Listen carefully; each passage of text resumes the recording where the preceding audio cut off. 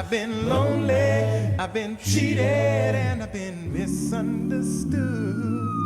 I've been washed up, I've been put down, and told I'm no good. All my life, I've been put down. I was living with my mom, and she was having trouble with her drinking and drugs. I just had to grow up with being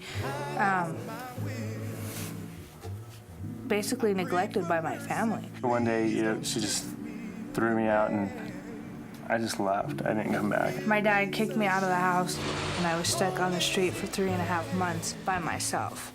It's kind of empty. Like, I've never been on the streets a day in my life, and it's like, wow, not exactly what I wanted to do. The nights I spent out on the street were very scary. Like a different world. I don't like strange people coming up to me that smell like alcohol. It was strange, real strange.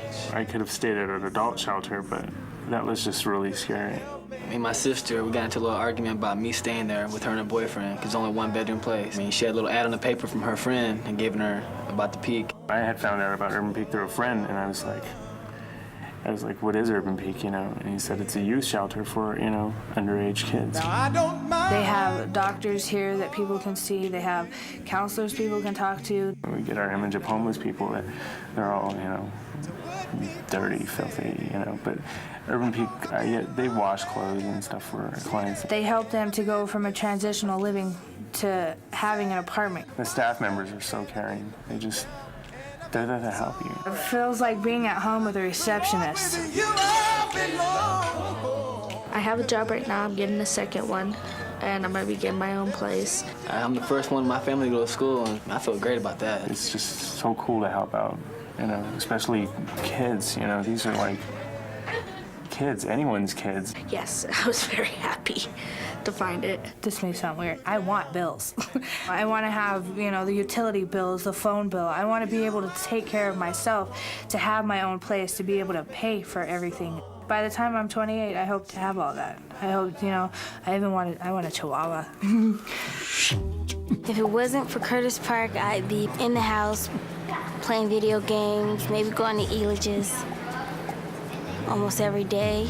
If it wasn't for Curtis Park, I would wake up about 12, then I'll probably ride my bike around and look for some girls. Like when I don't have nothing to do, I just sit in the house, be bored, and watch TV, and get fat and eat. This flyer came to me, and I thought it was really interesting, and I thought it would be exciting. I feel like Curtis Park is a jewel in the neighborhood. They helped us learn how to be more professional. I was amazed that I had finally got a job. My daughter was able to get a job at the Denver Museum of Natural History. Usually I work the carts, which means I show like the meteorites or maybe the solar system cart. It really makes me feel important. It was a shock. It was devastating news to us. Daughter, when we find out about her profound hearing loss, we want them to give her the best education, different from our times. We found here at home, and from the get-go, Jill made us feel very comfortable, very at ease. It's a home we found me. She knew that Tyler would one day speak, and that's definitely what's happened. She's a wonderful little child who's full of words. You can't get her to stop talking. We're very happy to have this program. Tinfoil! Without this program, we'll go crazy. But with this program, anything is possible.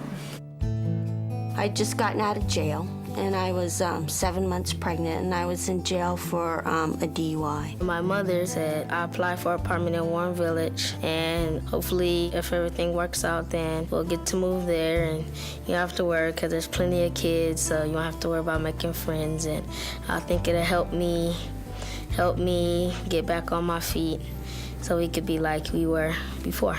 I was in an abusive marriage, and my children and I were in danger. I was homeless with one child and pregnant. Found out I was pregnant with another one on the way. Social services came in and decided that Kiefer would be better in protective custody with a foster family. We needed a place to be safe. Actually, I'd lost everything. I was basically homeless. And I felt like if I didn't leave, then I might get killed. And then I found out about Warren Village.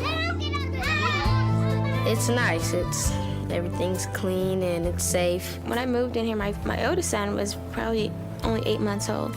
And he is so smart. The daycare downstairs is just like, I mean, he knows everything. He knows how to spell his name at 3 years old. He knows all the months of the year. Was decided that when we went to court that I could have Kiefer back under supervision, and I moved into Warren Village.